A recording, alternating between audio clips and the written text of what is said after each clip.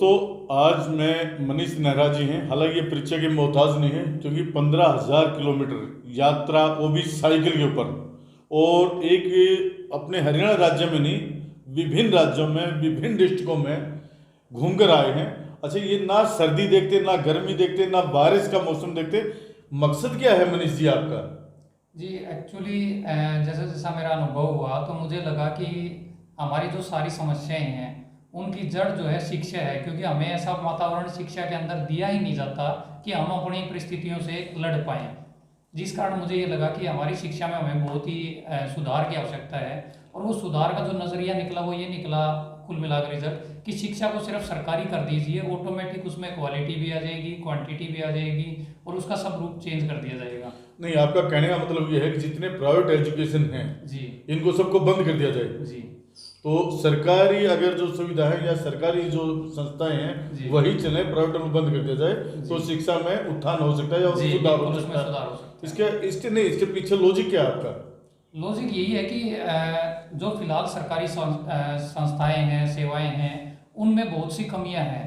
और जो उन कमियों को दूर करने का माध्यम है वो सिर्फ यही है कि जब तक हमारी व्यवस्था में शामिल लोग जब तक अपने बच्चों को उन सुविधाओं को नहीं बरतने देंगे तब तक उन सुविधाओं में सुधार नहीं हो सकता। मनीष जी, आप देखिए, एक तो जो प्राइवेट जितनी संस्थाएं जी हैं, बड़े बड़े स्कूल, कॉलेज, जी शिक्षण संस्थाएं खोली हुई है, जी और करोड़ों रुपए लगाकर उन्हें अपनी संस्था चला रहे हैं, जी और बेरोजगारों को रोजगार भी दे रहे हैं, जी और एक अच्छी एजुकेशन भी दे रहे हैं। जी वो एजुकेशन किस तरह की दे रही है तो मैं नहीं कह पाऊंगा, जी लेकिन एजुकेशन दे रहे हैं। नाम होता है आजकल, कई प्राइवेट स्कूलों के ऐसे नाम है जहां सिफारिशें लगते हैं एडमिशन के लिए, और आप कह रहे हैं कि उनको बंद कर दीजिए। जी बिल्कुल।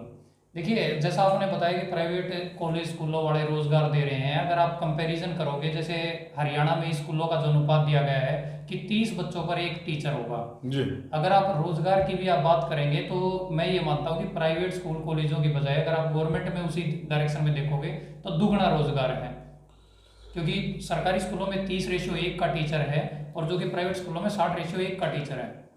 तो रोजगार दुगना सरकारी सुविधाओं की तरफ है। सरकारी स्कूलों के पास सुविधा भी है, खेल के ग्राउंड भी है, बिल्डिंग भी अच्छी खासी है, लेकिन मैंने देखा है जितने ज्यादातर सरकारी स्कूलों की हालत इतनी खस्ता है कि वहाँ लड़कियों के लिए और लड़कियों के लिए भी शौचालय तक उपलब्ध नहीं है। जी और आप कह रहे हैं कि सरकारी स्कूल में, इसका मतलब सुविधा बढ़ाई जाए उसमें? जी, सुविधा सुविधा बढ़ाई जाए, प्रॉपर सब चीजें दी जाएं, लेकिन वो दी कब जाएंगी?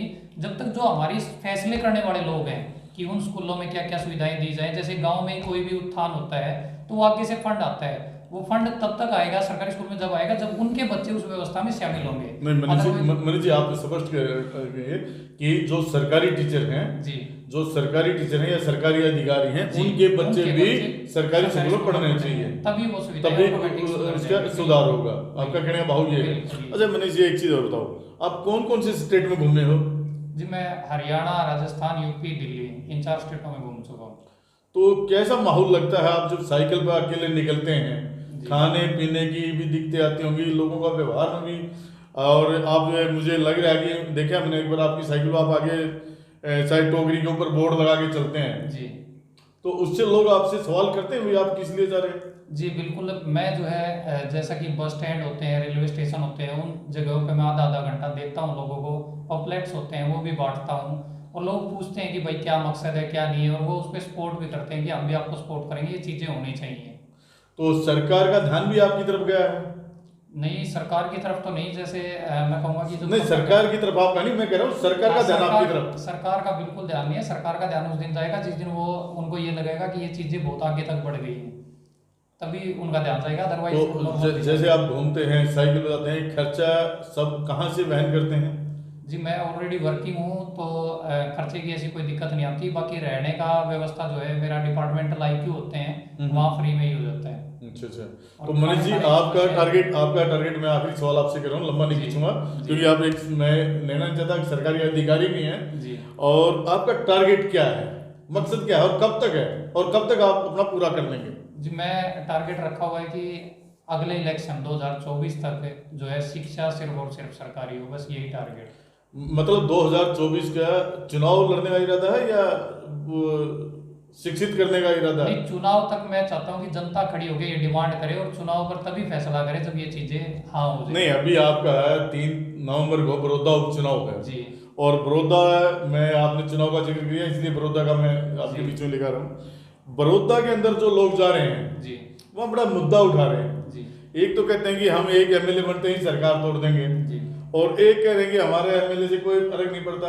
एक कह रहे हैं कि हमारी चौधरी का सवाल है। तो ये क्या मुद्दे के हावी होने चाहिए या नहीं होने चाहिए?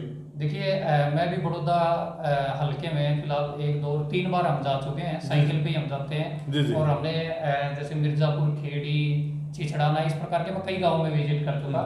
हमने लोगों से यही बात की, आप चेहरा मत देखो, ये सभी एक ही हैं, किसी का टूटने से किसी का बनने से कोई फर्क नहीं पड़ता। ये हो सकता है कि राजनीतिक प्रतिद्वंदी जरूर हो, लेकिन इनके बाकी के बिजनेस सभी एक जैसे ही हैं जी, जी। और एक ही जगह पे चलते हैं। तो हमने लोगों से यही कहा कि आप उनसे सवाल कीजिए कि आप शिक्षा पर आगे क्या करने वाले हैं, स्वास्थ्य पर आप क्या करने वाले हैं, आपकी दूरदर्शिता हमारे लिए क्या है। नहीं, वर्तमान अब 4 साल भाजपा और जसपा गठबंधन की है, जी। बाकी तो पार्टियों में कोई अभी है नहीं कुछ, जी। कोई सरकार में कुछ नहीं। ये सवाल तो फिर पार्टी वालों से, जो गठबंधन की सरकार है उसी से किया जाए। सवाल देखिए सभी से किया जाए, क्योंकि हम एक प्रतिद्वंदी चुन रहे हैं। जी, अगर जी। आज हम कांग्रेस को वोट दे रहे हैं या बीजेपी को वोट दे रहे हैं, किसी को भी वोट दे रहे हैं, तो हम उन्हीं से सवाल करेंगे ना कि वो क्या कर सकते तो हैं। असर होता है आपकी इन बातों का? जी, बिल्कुल। कांग्रेस वालों से या जी। बीजेपी वालों से सवाल करते हैं लोग? बिल्कुल लोग सवाल करते हैं। चलो मनीष जी, बहुत आपका धन्यवाद। और सबसे बड़ी बात, मुझे इस बात की खुशी है एक यंग उसमें, और आप इतनी स्टेटों का दौरा कर चुके हैं, 15,000 किलोमीटर यात्रा कर चुके हैं। हमारी शुभकामनाएं आपके साथ हैं। धन्यवाद जी।